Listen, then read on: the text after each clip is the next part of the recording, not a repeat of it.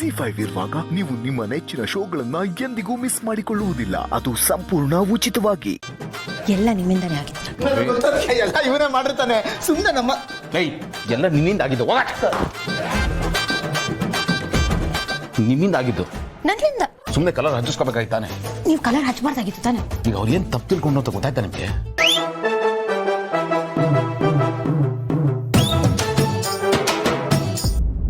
Coffee ಕೊಡಿ ಹೋಗ್ಲಿ. ಬಿಸಿ ಮಾಡ್ಕೋತಾರೆ.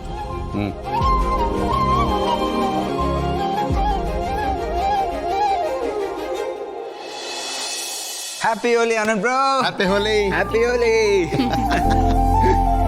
ಹೇ ಬಿಗ್ ಬ್ರೋ, ಹ್ಯಾಪಿ ಹೋಲಿ. ಅದಕ್ಕೆ ಹ್ಯಾಪಿ ಹೋಲಿ. Thank you. ನಿನಗೂ ಕೂಡ. Big bro, what is this? Holi ಅಂದಮೇಲೆ ಮನೇಲಿ ಏನು ಸೆಲೆಬ್ರೇಷನ್ಸ್ ಇಲ್ಲ. Why man? ಈ ಸತಿ ಸೆಲೆಬ್ರೇಷನ್ ಬೇಡ ಅಂತ ನಾನೇ ಹೇಳಿದೆ. ಸೆಲೆಬ್ರೇಷನ್ ಬೇಡವಾ? ಯಾಕೆ ಗೌತಮ್? ಅಮ್ಮ ನಿಮಗೆ ಗೊತ್ತು, ಕಳೆದ ವರ್ಷ ಸರಿಯಾಗಿ ಮಳೆ ಆಗದೆ ಈ ಸತಿ ಎಲ್ಲ ಕಡೆ ನೀರಿನ ಅಭಾವ ಇದೆ. ಒಂದೊಂದು ಹನಿನೂ ಇಂಪಾರ್ಟೆಂಟು. ಸ್ವಲ್ಪನೂ ವ್ಯರ್ಥ ಮಾಡೋಗಿಲ್ಲ. ಈಗ ಹೋಳಿ ಆಡೋದಕ್ಕೂ ನೀರು ಬೇಕು, ಆಮೇಲೆ ಮೈ ಗಂಟ್ಕೊಂಡಿರೋ ಬಣ್ಣ ತೊಳ್ಕೊಳ್ಳೋದಕ್ಕೂ ನೀರು ಬೇಕು. ಸುಮ್ಮನೆ ನೀರು ಪೋಲಾಗುತ್ತಮ್ಮ. ಅದಕ್ಕೆ ನಮ್ಮ ಹತ್ರ ನೀರಿದೆ, ದುಡ್ಡು ಕೊಟ್ಟರೆ ನೀರನ್ನು ತಂದ್ಕೋಬೋದು. ಬಟ್ ಬೇರೆ ಎಲ್ಲರೂ ತೊಂದರೆಯಲ್ಲಿರುವಾಗ ನಾವು ಮಾತ್ರ ದೊಡ್ಡದಾಗಿ ಸೆಲೆಬ್ರೇಟ್ ಮಾಡಿದ್ರೆ ಏನು ಚೆನ್ನಾಗಿರುತ್ತಮ್ಮ. ಅದಕ್ಕೆ ಬೇಡ, ಈ ಸತಿ ಸಿಂಪಲ್ ಆಗಿರಲಿ ಅಂತ ನಾನೇ ತೀರ್ಮಾನ ಮಾಡಿದೆ. ಗೆಳೆಯ ಸೂಪರ್ ಕಣ, ಒಳ್ಳೆ ತೀರ್ಮಾನಕ್ಕೆ ಬಂದಿದ್ಯಾ ನೋಡ. ಎಲ್ರು ಈಗ ಕಷ್ಟದಲ್ಲಿದ್ದಾರಪ್ಪ. ನಮ್ಮ ಹತ್ರ ಎಲ್ಲ ಇದೆ ಅಂತ ಸೆಲೆಬ್ರೇಟ್ ಮಾಡೋದು ಸರಿಯಲ್ಲ ಕಣ. ನೇಚರ್ ಮುಂದೆ ನಾವೆಷ್ಟು ಚಿಕ್ಕೋರು ಅಲ್ವಾ? ಈಗ ನಾವು ಅದಕ್ಕೆ ಸರೆಂಡರ್ ಆದರೆ ಅದು ನಮ್ಮನ್ನು ಚೆನ್ನಾಗಿ ನೋಡ್ಕೊಳ್ಳುತ್ತೆ. ನಾವೇನಾದರೂ ಅದರ ಅಗೇನ್ಸ್ಟಾಗಿ ಹೋದರೆ ಅದು ನಮಗೆ ತಿರುಗಿ ಬೀಳುತ್ತೆ. ತನ್ನ ತಾಕತ್ತು ಏನು ಅಂತ ತೋರಿಸುತ್ತೆ. ಈಗ ಆಗ್ತಾ ಇರೋದು ಅದೇ. ಮಕ್ಕಳ ಹುಷಾರಾಗಿರಿ, ಎಗರಾಡಬೇಡಿ, ಎಚ್ಚೆತ್ಕೊಳ್ಳಿ ಅಂತ ಅದು ವಾರ್ನ್ ಮಾಡ್ತಾ ಇದೆ. ಬಟ್ ನಮ್ಗೆ ಅರ್ಥ ಆಗ್ತಾ ಇಲ್ಲ ಅಷ್ಟೇ. ಇದ್ರ ಬಗ್ಗೆ ತಲೆ ಕೆಡಿಸ್ಕೊಳ್ಳೋದು ಬಿಟ್ಟು ದಿನ ಬೆಳಗಾದ್ರೆ ಸಾಕು ಜಾತಿ ಧರ್ಮ, ನಾನು ಮೇಲು ನೀನು ಕೀಳು ಅಂತ ಕಿತ್ತಾಡ್ತಾನೆ ಇರ್ತೀವಿ.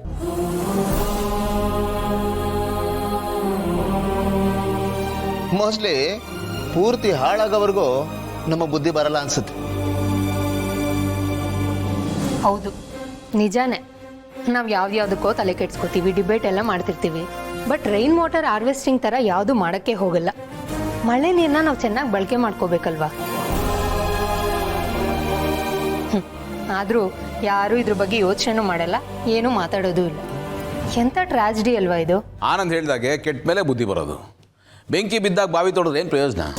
ಗೆಳೆಯ ಇದ್ರ ಬಗ್ಗೆ ನಾವು ಸುಮ್ಮನೆ ಮಾತಾಡ್ಕೋಬೇಕಷ್ಟೇ, ಏನು ಪ್ರಯೋಜನ ಅಲ್ಲ. ಬಾ ಬಾಪ, ಅಯ್ಯ ಪಾಪ ಅವ್ರಿಗೆ ಯಾಕೆ.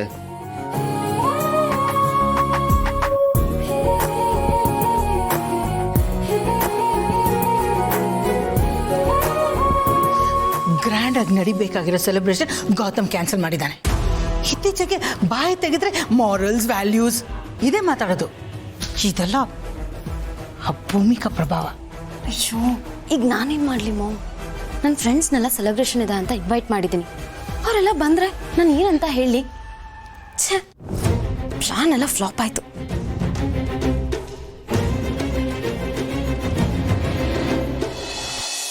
ಗೆಳೆಯ ನೀನೇನೇ ಹೇಳೋ, ಈ ಅಡಿಗೆಗೆ ಒಗ್ಗರಣೆ ಅನ್ನೋದು ಬಿದ್ರೇನೆ ಕಣ ಅದಕ್ಕೊಂದು ಟೇಸ್ಟು, ಫ್ಲೇವರ್ ಅನ್ನೋದು ಬರೋದು. ಅದೇ ಥರ ಈ ಹಬ್ಬ, ಈ ಸೆಲೆಬ್ರೇಷನು, ಇದಕ್ಕೆಲ್ಲ ಒಂದು ಕಳೆ ಬರಬೇಕು ಅಂದರೆ ಇದಕ್ಕೆ ಸ್ಪೆಷಲ್ಲಾಗಿ ಒಂದು ಎಲಿಮೆಂಟ್ ಆ್ಯಡ್ ಆಗಬೇಕಣ. ಇಲ್ಲಾಂದರೆ ಈ ಹಬ್ಬಕ್ಕೆ ಕಳೆ ಕಟ್ಟಲ್ಲ, ತೀರಾ ಸಪ್ಪೆ ಆಗ್ಬಿಡುತ್ತೆ. ಉಪ್ಪು ಹುಳಿ ಖಾರ ಏನೂ ಇರಲ್ಲ. ಸರಿ, ಇವಾಗ ಏನು ಮಾಡೋಣ ಅಂತ ಹೇಳು. ಈ ಕಲರ್ಫುಲ್ ಹಬ್ಬನ ಇನ್ನಷ್ಟು ಕಲರ್ಫುಲ್ ಮಾಡೋದಕ್ಕೆ ನನ್ನ ಹತ್ರ ಒಂದು ಸುಪ್ರೀಂ ಐಡಿಯಾ ಇದೆ ಕಣ. ಏನೋ? ಈ ಹೋಳಿ ಹಬ್ಬದ ಪ್ರಯುಕ್ತ ನಾವ್ ಯಾಕೆ ರಾಮ್ ರಸದ ಪಾರ್ಟಿ ಮಾಡಬಾರ್ದು? ಗಮ್ಮತ್ತಾಗಿರುತ್ತೆ, ಒಳ್ಳೆ ಮಜಾ ಬರುತ್ತಾ? ರಾಮ್ ರಸನ ಮಜಾ ಬರುತ್ತಾ? ಹೂ ಕಣ, ಕೇಳ್ತಾ ಇದೆಯಲ್ಲ. ಸ್ವಲ್ಪ ಬಿಟ್ಕೊಂಡು ಆಮೇಲೆ ಕೂತ್ಕೊಂಡು ಮಾತಾಡೋಣ.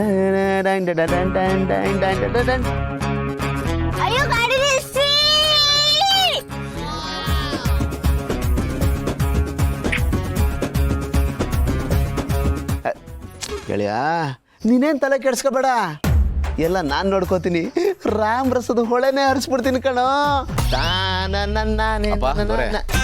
ನಿನಗೊಂದು ದೊಡ್ಡ ನಮಸ್ಕಾರ. ಈಗಾಗಲೇ ನಿನ್ನ ಅಪ್ಪರ್ಣ ಮಾತು ಕೇಳಿ ನನ್ನ ಜೀವನ ಹಾಳಾಗೋಗಿದೆ. ನಿಮ್ಗಳ ಸವಾಸನೂ ಬೇಡ, ರಾಮ್ ರಸನೂ ಬೇಡ, ಸುಮ್ಮನಿದ್ಬಿಡು. ಲೋ ಗೆಳೆಯ, ಯಾಕೋ ಹಿಂಗಂತಿದ್ಯಾ? ರಾಮ್ ರಸ ಸಖತ್ತಾಗಿರುತ್ತೆ ಕಣೋ. ಅಪ್ಪ ಚೆನ್ನಾಗಿರುತ್ತೆ ಅಂತ ಅವ್ರು ಲೀಟರ್ ಗಟ್ಟಲೆ ಕುಡಿಲಿ, ಆಮೇಲೆ ಮೈ ಮೇಲೆ ದೆವ್ವ ಬಂದವ್ರಂಗೆ ಆಡ್ತಾರೆ. ನೋಡ ಇವೆಲ್ಲ ಏನು ಬೇಕಾಗಿಲ್ಲ ಸುಮ್ಮನೆ ಗೆಳೆಯ ನಾನು ಹೇಳೋದನ್ನ ಕೇಳ. ಏಯ್ ನಾನು ಕೇಳೋದಿಲ್ಲ, ನೀನು ಹೇಳಬೇಡ ಕಣ, ಮುಚ್ಕೊಂಡು ಎದೋಗ್ತಾರು. ಏಯ್ ನನ್ನ ಕಷ್ಟನ ಸ್ವಲ್ಪ ಅರ್ಥ ಮಾಡ್ಕೊಳ್ಳೋ. ಯಾವಾಗಲೂ ಯಾಕೋ ನನ್ನ ಸಂಸಾರದಲ್ಲಿ ಹುಳಿ ಇಂತಾನೆ ಇರ್ತೇನೆ ನೀನು. ಸುಮ್ಮನಿರಪ್ಪ, ನಾನು ಇದಕ್ಕೆಲ್ಲ ರೆಡಿ ಇಲ್ಲ, ನೀನು ಏನು ಹೇಳಬೇಕಾಗಿಲ್ಲ, ಫೋಟೋಗಿಲ್ಲಿಂದ ಬೇಡ. ಗೆಳೆಯ ನಾನು ಈ ಥರ ಹೇಳ್ತಾ ಇರೋದಕ್ಕೂ ಒಂದು ಕಾರಣ ಇದೆ ಕಣೋ. ಏನು? ನೋಡ, ಈಗ ಅತ್ತಿಗೆಗೆ ನೀನು ಪ್ರಪೋಸ್ ಮಾಡಬೇಕು ಅಂದರೆ ನಿನಗೆ ಧೈರ್ಯ ಬೇಕಾಗುತ್ತೆ, ಕಾನ್ಫಿಡೆನ್ಸ್ ಬೇಕಾಗುತ್ತೆ. ಅದು ನಿನ್ನಲ್ಲಿದೆ, ಆದರೆ ಒಳಗಡೆ ಸೇರ್ಕೊಂಡ್ಬಿಟ್ಟಿದೆ. ಅದೇನೋ ಅಂತಾರಲ್ಲ, ಗಳಿಗೆ ಸಿದ್ಧ ಒಳಗಡೆನೆ ಇಟ್ಕೊಂಡಿದ್ದ ಅಂತ, ಆ ಥರ. ಆದರೆ ಅದು ಆಚೆ ಬರಬೇಕು ಅಂದರೆ ಈ ರಾಮರಸ ಅನ್ನೋದು ಒಳಗಡೆ ಹೋಗಬೇಕು. ಆಗ ನಿನಗೆ ಎಲ್ಲೆಲ್ಲದ ಕಾನ್ಫಿಡೆನ್ಸ್, ಉತ್ಸಾಹ, ಹುಮ್ಮಸ್ಸು, ವೀರಾವೇಶ ಎಲ್ಲ ತನ್ನಿಂದ ತಾನೇ ಉತ್ಪತ್ತಿ ಆಗುತ್ತೆ. ಆಗ ಮೈಂಡ್ಗೂ ನಾಲ್ಗೆಗೂ ಮಧ್ಯೆ ಫಿಲ್ಟರ್ ಇರುತ್ತಲ್ಲ, ಅದು ಡಿಲೀಟ್ ಆಗಿಬಿಡುತ್ತೆ. ಇದು ಪಾಸಿಟಿವ್ ಆಗೋ ಕೆಲಸ ಮಾಡುತ್ತೆ ಅಂತೀಯ? ಯಾವನ ಕೇಳ್ತಾ ಇದೆಯಲ್ಲೋ, ಇದೊಂಥರ ಎನರ್ಜಿ ಬೂಸ್ಟರ್ ಇದ್ದಂಗೆ. ರಾಮರಸ ದೇಹದಲ್ಲಿ ಹೋಗ್ತಿದ್ದಂಗೆ ಎಲ್ಲೆಲ್ಲದು ಧೈರ್ಯ, ಹುಮ್ಮಸ್ಸು, ಕಾನ್ಫಿಡೆನ್ಸು ಎಲ್ಲ ಬಂದ್ಬಿಡುತ್ತೆ ಕಣ. ಆಗ ಇದ್ಯಾವುದು ಅಂತಾರಲ್ಲೇನ, ನಾಚಿಕೆ, ಹಿಂಜರಿಕೆ, ಮಣ್ಣು ಮಸಿ ಇವೆಲ್ಲ ಡಿಲೀಟ್. ಅದಕ್ಕೆ ಮುಂದೆ ಧೈರ್ಯವಾಗಿ ಹೋಗಿ ಐ ಲವ್ ಯು ಅಂತ ಪ್ರಪೋಸ್ ಮಾಡ್ಬೋದು. ಯೋಚನೆ ಮಾಡು ಏನು ಮಾಡ್ತೀಯ ಅಂತ.